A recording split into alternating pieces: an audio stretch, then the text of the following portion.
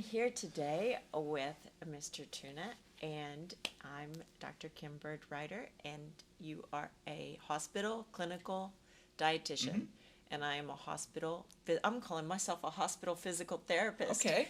That's what you are, you know? I was like, hey, I work in a hospital too. Yeah, right? So I wanted to talk about probiotics and prebiotics. This is very confusing for those of us that are not in your field. Yeah, um, so a probiotic, let's start with probiotics. So there are typically three different components that we talk about when we're talking about gut health. Pre, pro, prebiotics, probiotics, and symbiotics. Yeah, never heard that one. Yeah, so I'll talk about symbiotics will make a little bit more sense once I explain what a probiotic and a prebiotic are. So what a probiotic is are they are living organisms. You can think of like little germs that live inside our bodies, and it's very interesting. There's research suggesting that there's actually more single cell organisms living inside our body than actually cells, our own cells in our body. So we're actually more bug than we are real. Yes, actually, it's fascinating. But there are these little bugs that you can call them called probiotics, and they don't cause us any harm. There are germs. There are germs that give us diseases, and there are germs that actually make us healthier that we rely on. So they live inside our bodies. Usually, the ones that we're going to be talking about today live inside our gastrointestinal tract, our colon. And what they do is they do a lot of different things for us, a ton of different things. Some of them help break down our food. Some of them produce enzymes. Some of them act as enzymes. So there are these little microorganisms that essentially break down food that we can't break down. Those foods that we can't break down and actually help the probiotics do their job are called prebiotics. So you can think of probiotics as the living organism, and you can think of prebiotics as their food. So prebiotics help the probiotics work. So what prebiotics are, so if probiotics are So the you're living organism. feeding the probiotics with prebiotics. Exactly. Wow, Exactly. I had no idea.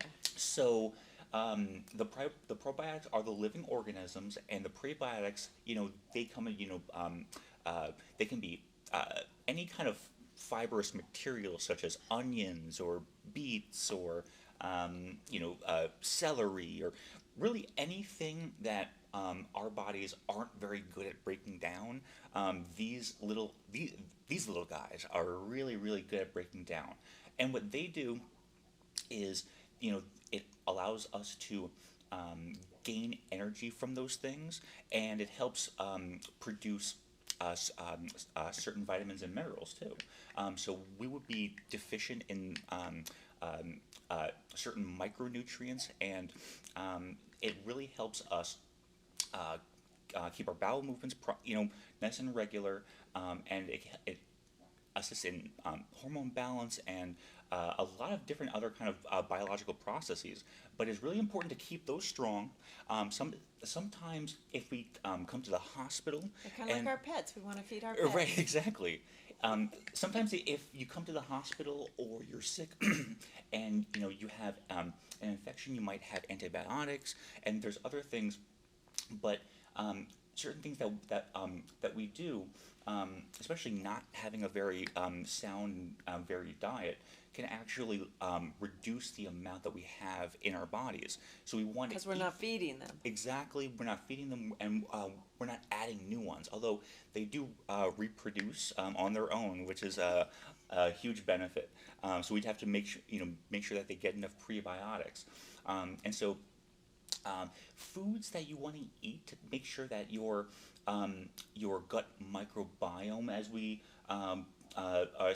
know-it-alls like to say, but to keep your gut microbiome strong is fermented foods, especially fermented foods, anything that things like fermented cheeses or Every sauerkraut. culture in the world has fermented foods. Did you know that? I'm sure It's- you knew it- that. well, it's one of the oldest forms of food preservation, apart from Why don't you drying. tell them about what they do here in Alaska for fermented food? Well, They eat fish heads they absolutely do. and eyeballs. One of the one of the biggest dangers. Still to this day, I have patients that are burying the fish and eating the fish heads. Now I have to ask: are they using plastic containers, or are they just digging holes? They're in the digging ground? holes. That's actually healthier than Then the plastic. So one of the biggest problems, and one of the biggest educational missions that YK was on was an educational program to move away from native people from making fermented heads using plastic jugs or things like that because of botulism. So botulism. That's always a problem with fermented foods, isn't Absolutely. Botulism and it? It grows other things too. yeah, absolutely. But specifically, botulism is killed by air. So botulism is a type of anaerobic bacteria that once it's exposed to any oxygen, it immediately dies. Oh. That's why when native people started to ferment heads in plastic jugs, botulism became sort of an epidemic. Oh, they couldn't get air. Exactly, but by burying them in the ground, it allowed some air seepage into it and kill all of the botulism. So Sometimes the old ways are good ways. that's exactly, and like that's kind of the message is sometimes we just have to go back to the old ways of doing things.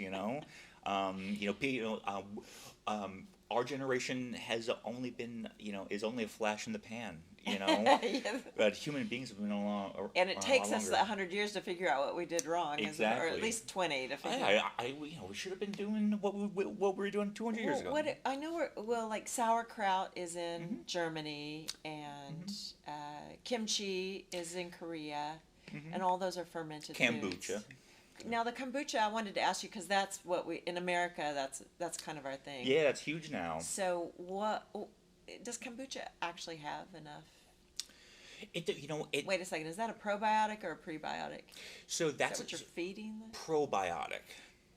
So that is the actual bacteria or the actual bugs. Yeah. So the fermented food is going to be the probiotic, and then the prebiotic is going to be like usually fibrous material. So you can think of it as things that like celery, onions, greens, things like that.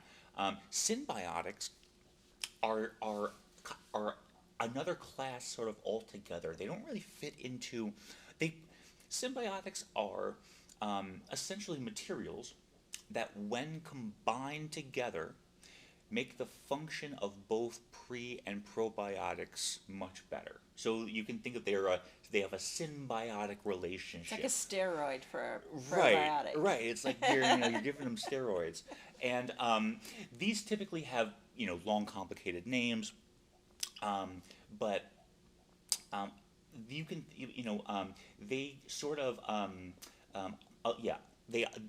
they allow everybody to kind of work a little bit in better harmony, but fermented foods, ideally, maybe yogurt, kimchi, kombucha, all those things. Those are like those are the prebiotics. Well, now are those? Is there a number of they give you a number of the bacteria level or whatever, and yogurt is another one, but the yogurts don't really have a lot in them, right? Is that right? So it depends. So different brands are going to have different profiles. You can see, if you see, it's difficult. So these are usually in scientific notation. So you might see this product this bottle contains 8 times 10 to the 10 live organisms. Yeah. So Which means nothing to me, right, right, unless I know the number I'm supposed to hit. right. So basically, you want to have live organisms in the order of billions. Billions. So if In each product? in each product, yeah, in each serving, Jeez. each serving. I've read studies where the the treatment dose is is tens of billions, or up to hundreds of billions of live organisms per dose. And that's kind of where our research is. If you are going to be investigating anything, probiotic effect on heart disease or lung cancer or something, you are going to be giving a treatment dose in the order of billions, tens of billions, hundreds of billions. So you definitely want to see a large number. You don't want to see it in the millions. So is it sufficient to drink kombucha tea, or do you need to order a probiotic sent to your house? If you like kombucha, I don't like I. It's an acquired taste. It's an I have it. I've acquired the taste. It's good. I'll say this: if I'm thirsty and it's cold, it's refreshing. It's something. It's refreshing, but it has. It reminds me sort of like non-alcoholic beer in a way. It's like alcohol. Yeah. And it actually was like alcohol. Yeah. They pulled it all off the show. I got to tell a quick story because Yeah. this is good. I was in neurology during physical therapy school, and neurology blows my mind. It's it's tough, brain, spine.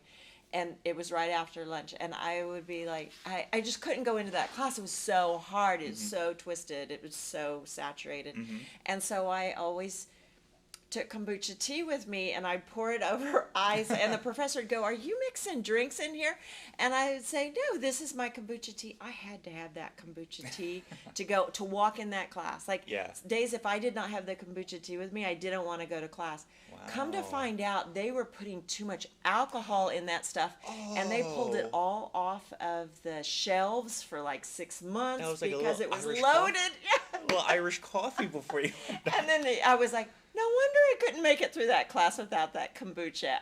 Oh my goodness! Wow. So it does go to an alcohol level at some point. Yeah. Or it's fermented.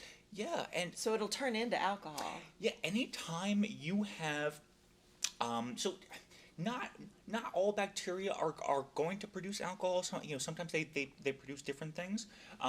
Sometimes they just produce CO2 gas. But but a lot of times that's what you're gonna see if you just and you can do this experiment at home. You just throw mix a bunch of fruit or fruit juice and some sugar. You don't even have to do anything. You might want to add some yeast to make it a little bit faster of a process, but you literally don't have to do anything. That's how they pretty much made mead back in the day. Is it was a very slow process, and they didn't. It was very weak, but yeah, pretty Does much alcohol have probiotics in it? So the alcohol doesn't, but It must not, or they would be marketing that. So the alcohol doesn't have prebiotics in it, but the bacteria that produce the alcohol can be probiotics. I see. Yeah. So. Well, so back to my question of, is the kombucha enough, or should you be taking a probiotic? I don't think that kombucha, it can be enough if it's part of your daily regimen. Absolutely. But if you have a varied enough diet, you likely don't need a supplement. But not everybody's diet can be that varied. And out here, it's especially important to supplement things that you may just be able to get from food easier in the lower 48. Out here, he means Alaska. We're in Alaska. Right. It can be very difficult to have access to affordable you know, dairy products or, you know, farm Milk products. is $10 a gallon. Yeah, exactly. So, you know, it can be very difficult to have that kind of a varied diet. So, you know, supplementing with vitamin D is very, very popular and very, very necessary out here. And yeah, you know, fresh fruits and vegetables can be hard to come by. You know, we can go to the They store. are. You can't I afford them, and they're old. and they're old. You know, affordability, age, and Yeah. if they're even available, you know, I've gone to AC some days and there's no bananas, there's no A lot are missing. No they're- tomatoes. They'll Yeah. be like a pretty staple food won't be there. yeah, absolutely.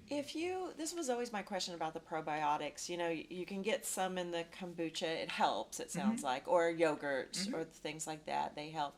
But if you're taking a probiotic supplement, does it have to be in a you know, they have refrigerated ones. And I was thinking the refrigerated ones have got to be better than the ones in a pill. Are they just, is the pill useless? What? No, so the pill they're not going to be useless, but they're going to be inactivated. Because they'd be dead, wouldn't they? Right, they're kind of in like a hibernated state. Dried. Yeah, bacteria. Bacteria have a lot of different defense mechanisms. That's why they've been so successful for so long. They're the beginning. Yeah. So they can create like almost hard shells, capsules around themselves Like to a kind of keep them roly-poly? right, like a roly poly. And then once the conditions become right enough, once the acidity level, like the acidity found in your gut or your stomach, once that's right, once the hydration level is right, once the right nutrients are in the environment, all of which are inside your body, then they start to come alive, then they start to become metabolically active, and then they start, Wow. you know, and there's a lot of different things you can think of. The most popular genuses nowadays are lactobacillus and bifidobacteria. Those are the two. Normally you see lactobacillus, but what I would recommend is if you're looking for a probiotic supplement, you want to turn it around to the nutrition label and you want to see multiple different strains on there. You don't necessarily just want to see one. You know, it's really good to see different strains of lactobacillus. You know, you could see like these are long names. Lactobacillus Yeah, they rhamnosus. You can see lactobacillus acidophilus. You can see, you know, I've seen acidophilus before. yeah, exactly. But you know, you definitely want to see a different the combination of different things in there. Okay. And sometimes just general recommendations for healthy eating and fiber intake can really keep your gut health and those probiotic strains. You normally don't have to. Sometimes they're combined, but you don't have to take probiotics with prebiotics as long as your diet is good. So if you're getting, you know, if you're maybe having a salad once a day, maybe, you know, your lunch. They like salad. They love salad. They love the salady things. I would recommend like a mixed green salad, like with, you know, maybe shredded carrots and radishes and, you know, obviously the iceberg lettuce and spinach, kale. You want to get The fibery foods. yeah, get a bag or make it yourself. Although I don't recommend making those kind of mixed green salads yourself because the individual ingredients usually come in larger bags and you have to combine it yourself. And then by the time you use everything, they're It's old. yeah, it's old. So I And I old always is not good. no, old's not good. So Doesn't taste good either. no, nice and brown and Yeah. It makes you not like salads. right. If yeah. you keep eating that, you're like, meh, I'll pass. Yeah. But yeah, so have a good intake of fruits and vegetables, and that should be enough to kind of feed I like the fruits probiotics. too, because there's fiber in fruits. If you're not drinking the juice, you're eating the whole orange. Yeah. There's fiber in that orange. So they like soluble fiber, and because we talked about fiber before. Yes, we did. They like both of the fibers. What is it, soluble and insoluble fiber? Yes, and that'll just depend on the strain or the different area of your gastrointestinal tract that they're found in. Wow. Is it better to have the refrigerated probiotic than the dried one? Or does it matter? The Because refrigerated refrigerated ones, is going to be more expensive. the refrigerated ones are already going to sort of be active. So they're going to be kind of floating around. They're going to be actively converting sugars and other prebiotics into alcohols and things like that.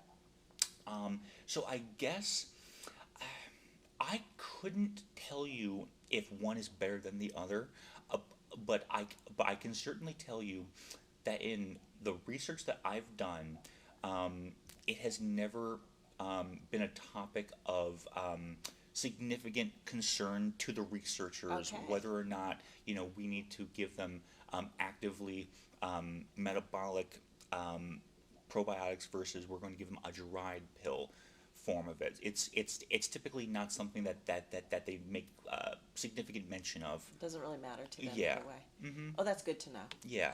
Well, and then my question about what's the third one? Symbiotics. Symbiotic. How do you get that? Symbiotics. They're those are also things that can come in supplemental form. It's not you can. How do you spell it? Is it S or a It's- C? So it's SYNBIOTICK or TICS.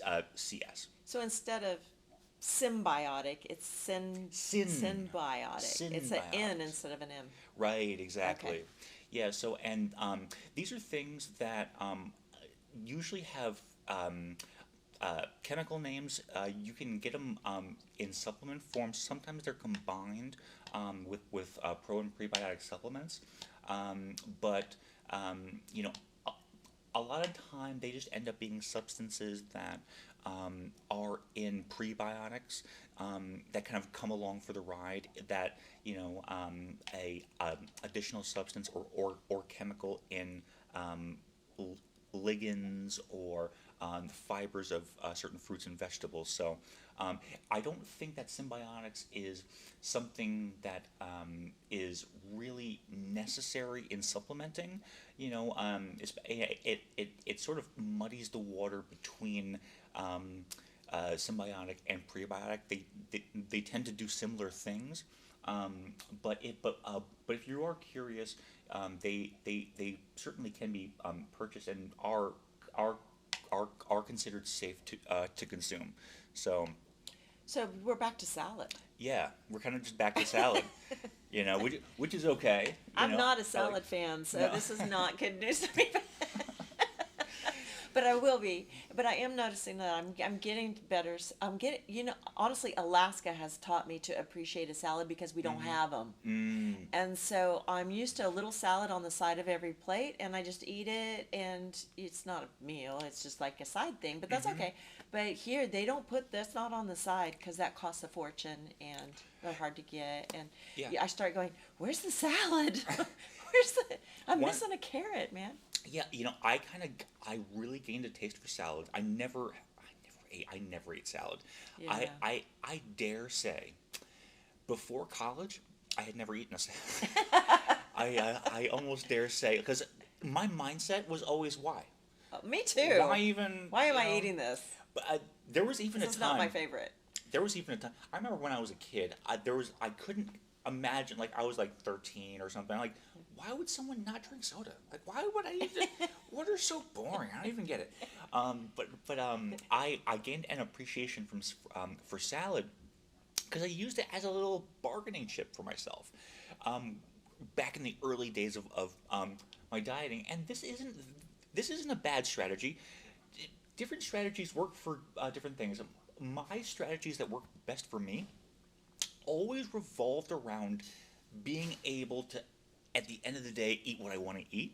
Yeah. And one strategy that I found was, okay, if I want this, I'm eating a salad first, or I'm drinking. So if I me and my friends are going out for, pizza or something, or me and my girlfriend want to have pizza tonight or something, I'm going to drink 12 ounces of water, and then I'm going to eat a salad, and then I'm going to allow myself to eat. By the end of the glass of water, by the end of the bowl of salad, I can only eat one slice of pizza. You're back to 200 calories. Then you're back. Then you're not even really cheating. You're not. If you have a big salad, like how much of the pizza Because are the you really pizza going is to be able? only 400 or 500 calories. Exactly. So figure out ways on how you can kind of make that work for yourself. I think this program today has convinced me that I got to feed the bugs. Yeah, feed the bugs. Yeah, feed the bugs. They're like my little pets. Yeah. They're taking care of me. Don't they produce vitamin K or something? Yes, they do. Yeah. Yeah. So they produce vitamins and they keep us healthy. And if I'm drinking all this kombucha and trying to take probiotics, why don't I just eat the salad? I mean, yeah. And like you said, it sets me up for a better caloric intake by the end of the meal. But I got to watch the salad dressing on it. Yes, you do. That can really add up quickly. Those are heavy, especially the ones I like. Yeah, I mean, the salad itself, just the vegetables, is going to be less than 50 calories, and then the dressing will be 300. Yeah, it'll be. It can be ridiculous. 300. Mm-hmm. It can be way up there. Yeah. But I had a boyfriend from Italy, and he always put olive oil and balsamic vinegar on salads. That was his thing. Like it was always there, and it's pretty good. Yeah, I mean, And olive oil is good for you, right? olive oil is very good for you. Because we're going to talk about fats Sure. next time. Okay. And we'll talk more about olive oil too. But I love fats. Yeah. But the olive oil, would you say that's a good thing on it? And that's traditional. Back to old school ways is olive oil and balsamic vinegar. Yeah, so all that stuff. So olive oil is considered a source of healthy fat. It's a very high in what's called omega-3 fatty acids, are essential fatty acids. Those are fats that whenever you hear the word essential, either an essential fatty acid and an essential amino acid, those are things that our body can't make on our own. If any kind of essential amino acids or essential fat, our bodies lack the endogenous enzymes or processes, cell types to produce those types, but they're absolutely essential to how our body operates. And omega-3 fatty acids are really important in anti-inflammatory. Yeah. That's actually why. Arthritis, all those diseases love anti-inflammatory foods. Yeah, that's why actually that there's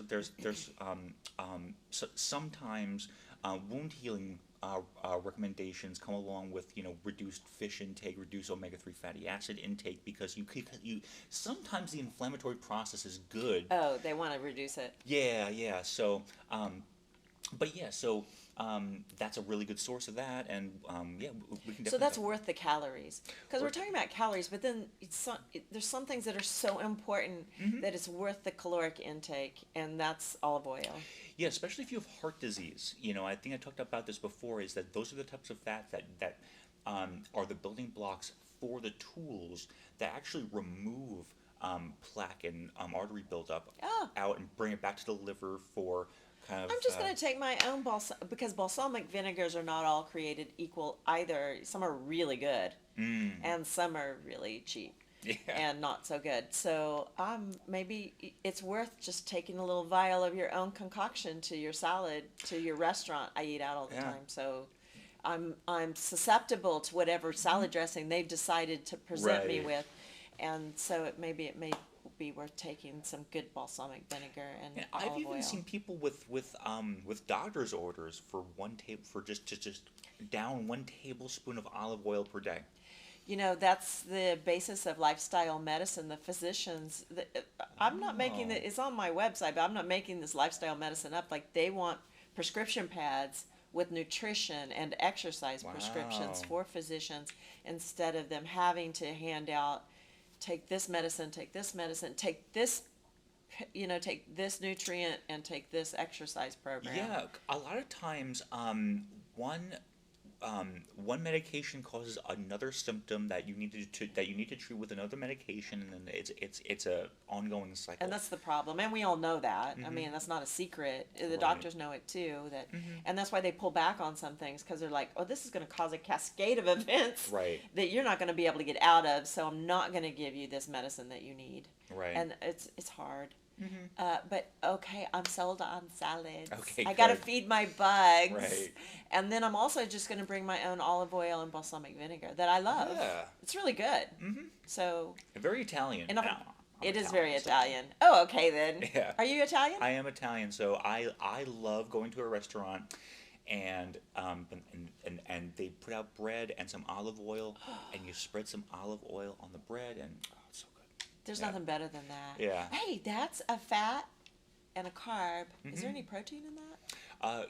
Wheat does have protein, so there's going to be more protein in whole grains. So for example, white bread is going to have less protein than whole wheat bread. That's because there is protein in the bran and the germ of the grain, and that's what we mean by whole grain, is that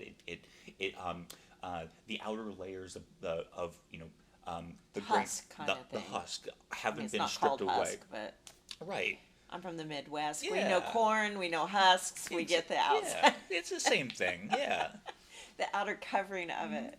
Well, yeah, and just so it's a good fat and a good carb, and you put a little protein with it, because you're going to have a meal. You're not just going to eat the bread and the oil, and add some, and maybe you have chicken parm with that, chicken parmesan. Or eggplant parm. Eggplant parm. Does the that have good stuff. protein? Eggplant. The cheese The does. cheese does. The cheese does. Yeah. The cheese does. Oh, and then you get your salad in your food. Yeah. Oh wow, we're really planning out your whole life here. Yeah. Get some nightshade in the eggplant. Oh, it's so good talking to you again. Same here. Yeah. I had So fun. much information. Mhm. I'm just loving this for myself. Obviously, Yeah. I'm eating up everything that you say, literally. And then I'm just so excited that I can turn my patients on to all the stuff that you're saying. Yeah, it's my pleasure. Thank you so much. Oh, yeah. Okay. Until next time, we've got lots of great things coming up. Right? We're doing fats. Yes. I've got a list of things. Okay. And really, it's generating from me. So. And you know, if you send in the Facebook, I add those things in. But we all have these questions for you for sure. Yeah. Okay, well, see you next time. Take care.